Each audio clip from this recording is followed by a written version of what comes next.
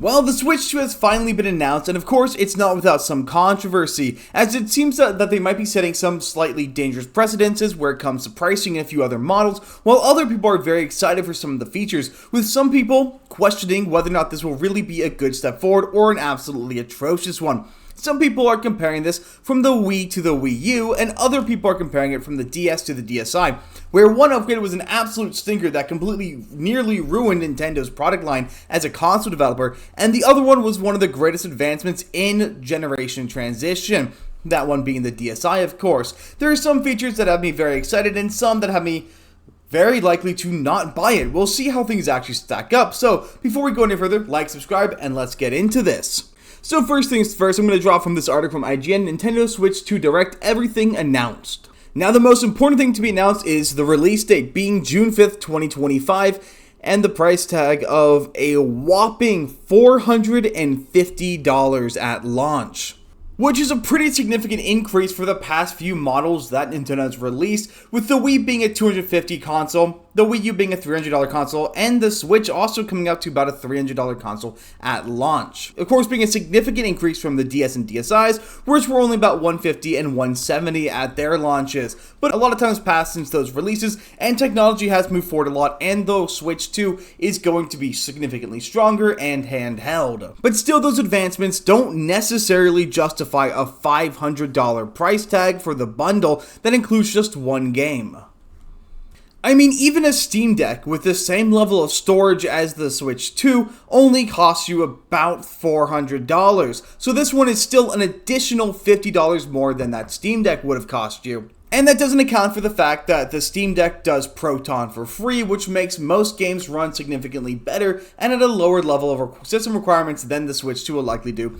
But then again, Switch 2 does have a lot of first-party games, and the games are significantly smaller as a general rule when it comes to the Switch 2, or at least the Switch 1, and we'll see if they'll maintain that practice when they move over to the Switch 2, or if they'll end up going down the route of every other game developer and create massive bloat in the size of their games. So I'm kind of mixed on exactly the price tag we're looking at here. It's a pretty hefty price, $500, but it is intended to be a family console compared to other consoles nowadays that are much more focused on independent play, and especially when you compare it to, say, the most recent Sony update, the disc drive-less, standless PlayStation 5 Pro with very little upgrades, at a whopping $700 price tag. I'm not really sure if I'd say this is a bit more extreme because they seem to be relatively close on performance, though it looks like the Switch 2 is going to have infinitely better, the PlayStation 5 Pro is going to have infinitely better graphics. There's also the fact that Nintendo generally has been very good to the players, so I'm willing to give them a little bit of the benefit of a doubt. It really comes down to the functionality and extra stuff that they're including in the console, specifically the joycons. I'm not a graphics queen. I don't need things to look pitch perfect. I don't need things to look absolutely drop dead gorgeous. And I personally think realism is a cancer that's killing the gaming industry. So it's not necessarily important to me that games look fantastic, so long as the resolution is decent and we're getting a pretty nice resolution upgrade, with them saying that there's going to be a massive increase to the number of pixels on screen. You can play this game in 1080p. The screen is larger, which will be nice because my biggest complaint with the Switch was it was always a little too small. But that's a common complaint for me. And when docked, the dock will allow you to put out a total of 4K, that it requires you to have a 4K TV, of course, which I don't believe I do, so that doesn't matter too much to me, but some people really care about that 4K resolution. And those games will run at 120 FPS, so depending on the game, that's going to be a massive boost, but it seems like the docked version might be capping at 60 frames per second, though they don't make a specific statement on that, which would suck because now that I've been playing on a very good computer, I'm kind of enjoying higher frames per second, but I can survive. Now, something that'll be very interesting is how the Joy-Cons connect. I was highly worried that they'd be another kind of rail system or something worse that acts as a really major point of failure, but instead it looks like they're going to magnetically attach. Now, what is really important for me right now is knowing how good of a safety disengage it has, because a major issue of any of the Joy-Con systems is it's really easy to just snap it off, and that's the last thing you want, is to break it at the Joy-Con, because that's $80 down the drain if you don't damage the console. So I'm hoping that the Switch 2 will have some kind of system to ensure that that point of failure doesn't get stressed too easily, or if it does, it automatically breaks away, or something along those lines. You know, if you have it in a book bag or you drop it or something, there's a significantly larger chance of some kind of damage happening to that point of failure. So hopefully they have a way to address that. There's also a new feature of a mouse control, which is absolutely crazy to think about. That's one of the things that I like about the Steam Deck, is it has these little side buttons that count as trackpads in a sense, and it's a really nice feature to have added on. So having games that are going to be upgraded with mouse capabilities is going to be really interesting to see, especially the way they have the mouse looking on the Switch 2. They are also adding a new button to the Joy-Con, and this is one change that I'm not a huge fan of, the C button being the communications button. While I do like the fact you don't have to rely on a shortcut or risk cutting off a button from your controller, having it as a button on the Joy-Con can cause a lot of problems. For instance, my dad, who's got fatter fingers, when playing Mario Kart, took about 200 screenshots every single time we play the game. And it's a bit of a problem with people who might fat thumb or don't really use Joy-Cons much, might find themselves accidentally pressing the button a whole bunch and interrupting the game. But at the same time, this game chat system looks like it's going to be crazy, aside from the fact that it won't be free forever. And then the Switch 2 will have different cartridges, kind of going off a 3DS system. I don't know if they're going to have a different shape. I'm going to assume not, but they will be red.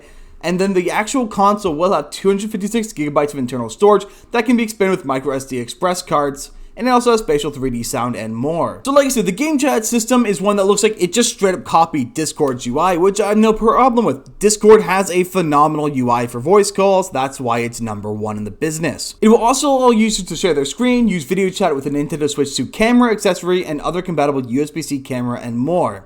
Now, my one issue is I would much prefer them work with Discord to create something that was just native integration of Discord to the Switch 2, because Discord would allow you to contact your friends who aren't on the Switch. Say you want to talk with your friends, but you're not necessarily both playing on Switch, one's on PC. This would be a much nicer way to be able to communicate with them easier. Now, the main issue I have with this is the fact that it's going to only be free for about a year until March 2026 for all Nintendo Switch 2 users, but will require a Nintendo Switch Online member after. Now, I'm hoping it's just included in your online membership, since I'm a part of a family membership and it's relatively decently priced. But I heard there were going to be price hikes, though I didn't see what that would be. So here's hoping it doesn't affect the family plan too significantly. Now, I do love this feature. If this is being read correctly, a game share feature that will let users share a game with friends who don't own a compatible game so they can play together. This is compatible.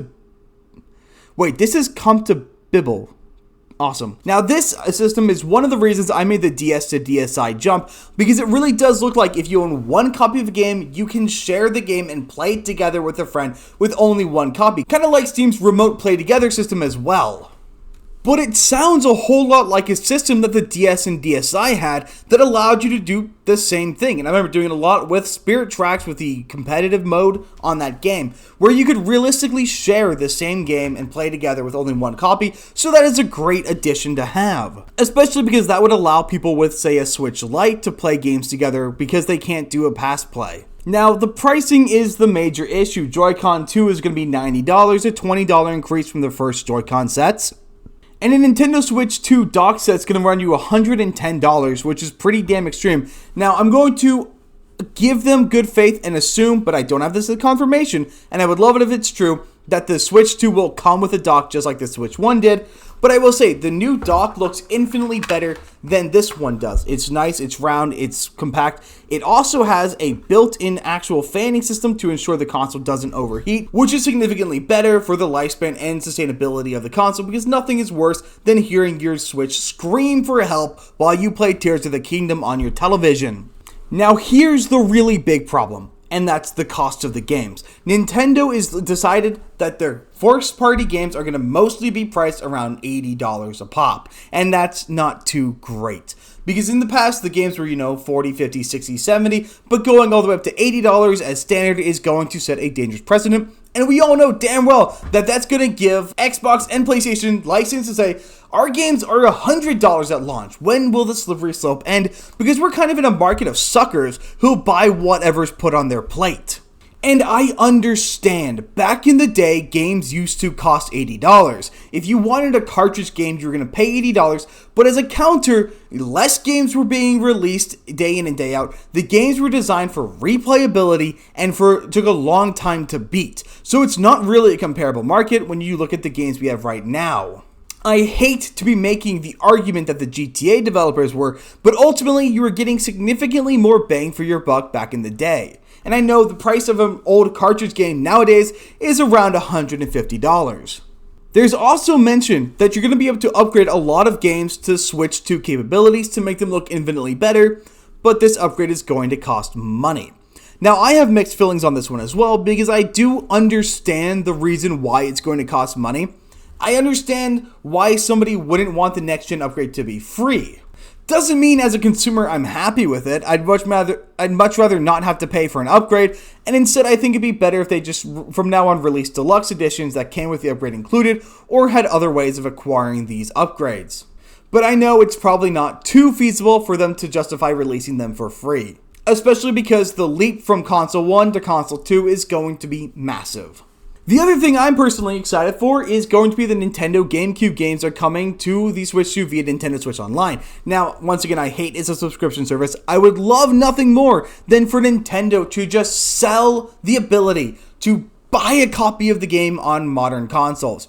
Now, of course, you know me, I'm a retro console collector. I've got my Wii, which is backwards compatible with GameCube games, so it's not the biggest deal in the world. But who's to say I don't want Wind Waker with modern graphics? Who's to say I don't want to upgrade and have access to them right now, instead of only having access to it when I'm online? They've also massively spiked their third-party game action, which has me very hyped as well. Cyberpunk 2077, Street Fighter 6, Hogwarts Legacy, some games that have really extreme graphics requirements coming to the Switch 2. That's not an easy thing to do. So here's to hoping the Switch 2 can actually run them and make them look good. Because if they can, that's a great indictment of this quality and state of the Switch 2. Now, there are some other details that I'm really appreciative, like a higher up USB-C cable. I love the fact that it'll have a second USB-C port, because that's one of my big issues with both Switch 1 and the Steam Deck. Only one port means you have to buy an adapter. And while this adapter is fantastic for what it does, I would love nothing more than to not need it nearly as much or as often, such as being able to plug in things into the USB-C port up top. The only question I have is, will the upper USB-C port also allow for charging when you have it in tabletop mode?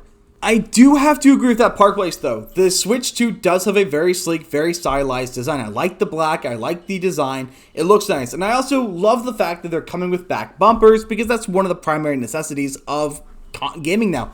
I cannot play a game without back bumpers on my controller. It drives me insane to do so.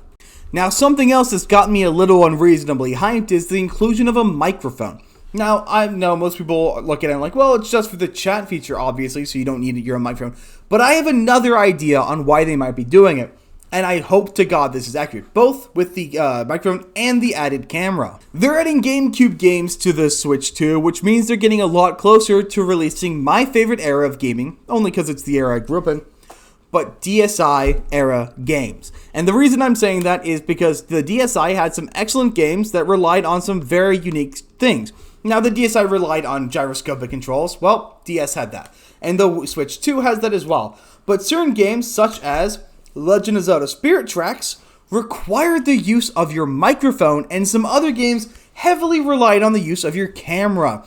And if they're bringing those features into the Switch 2, then hopefully one day soon they'll start adapting old DS and DSi era games and 3DS era games into the Switch 2. That would make my day. Because if that happens, then I can finally convince people to play Legend of Zelda Spirit Tracks and understand that it is the superior Legend of Zelda game, beats out all of the rest. Because train go choo choo. It's also nice to see that Soul Calibur 2 will be coming to the GameCube set, because Soul Calibur needs some love. Soul Calibur is far better than Street Fighter or Tekken ever was, only beaten by Mortal Kombat. I also do appreciate the fact that games are backwards compatible, so you have a bunch of Switch games, most of them will run on your Switch 2, which was basically a necessity. If they didn't have that, it would have killed the console. Hard stop. They also have some other family sharing systems to try and rival Steam, which will be nice, as you can lend out games to your people in your family system, which will be really cool. But there are still some issues that aren't being covered here that I've cataloged on Twitter.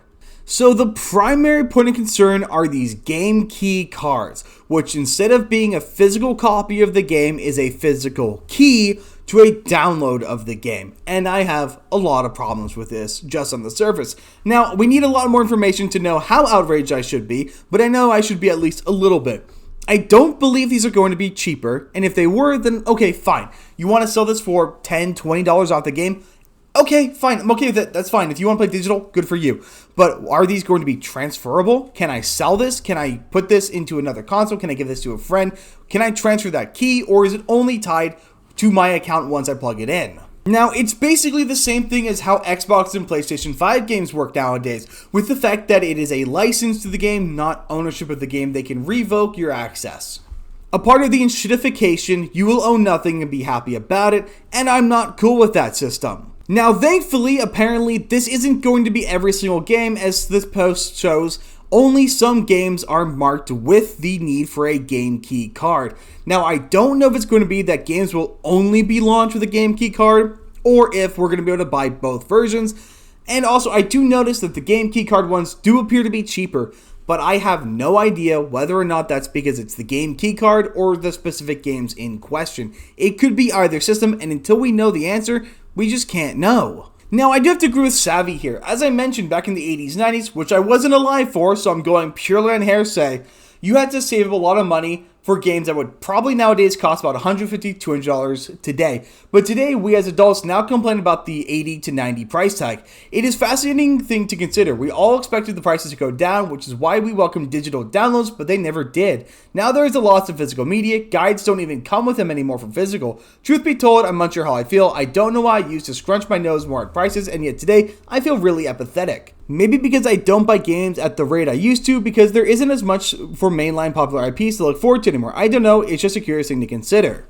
And I get Toasty's sentiment and why she's making the comments she is, and I don't know how I feel about it either. I agree that games, by me buying primary first-party games has gone down a lot, especially for Switch games. Most of my gaming is going to be on my computer, and when it comes to Switch, it's mostly going to be tied to party games, Legend of Zelda, and Pokemon, and that's basically all I play on Nintendo. Even for my retro games like my Wii collection, I'm still really only playing Legend of Zelda games on there. But at the same time, we're getting so much less than what we were promised. These $80, $90 games do not have the same thing that $40 games did back in the early 2000s. It's not comparable in the slightest bit, and that's where a lot of the issue is coming from. We were kind of given things too much, and then they were like, yeah, we're going to take it back away. But despite the fact we're taking things away from you, surprise, they still cost more. And the games aren't exactly better to justify it either. I'm having much more fun playing retro Pokemon games, of course minus some of the more user-friendly aspects, than I am with the modern games. The modern games have significantly worse stories and worse graphics, but they still cost significantly more with less things in them. I would love it if Nintendo would just give me a manual again.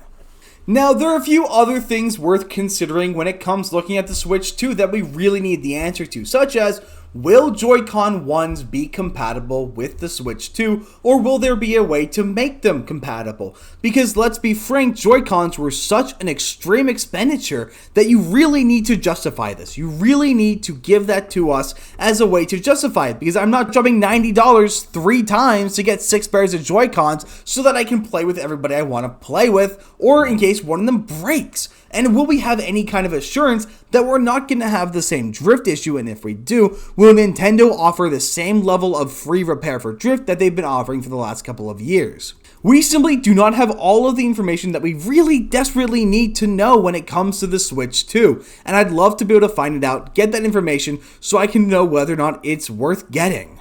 The last positive I forgot to mention, I'm glad it just showed up, is the kickstand. The kickstand on the Switch 1 is terrible. It's atrocious. It's in the same spot as the SD card, so in order to use your kickstand, you've got to expose your SD card. It's small, it's only on one side, so your Switch will fall over a lot. It has a great point of failure, so it can break really easily, whereas the Switch 2 stand is on the entirety of the back. Now, I'm hoping it isn't an easy point of breaking either, but it seems to have some bending and adjustability to it, so it allows for significantly more convenient playing, so we'll see how that turns out as well. But that's pretty much all I've got. Let me know, are you guys excited for the Switch 2? Do you think it's really good? Let me know down in the comments what you guys think about this, and I will see you guys on the next one.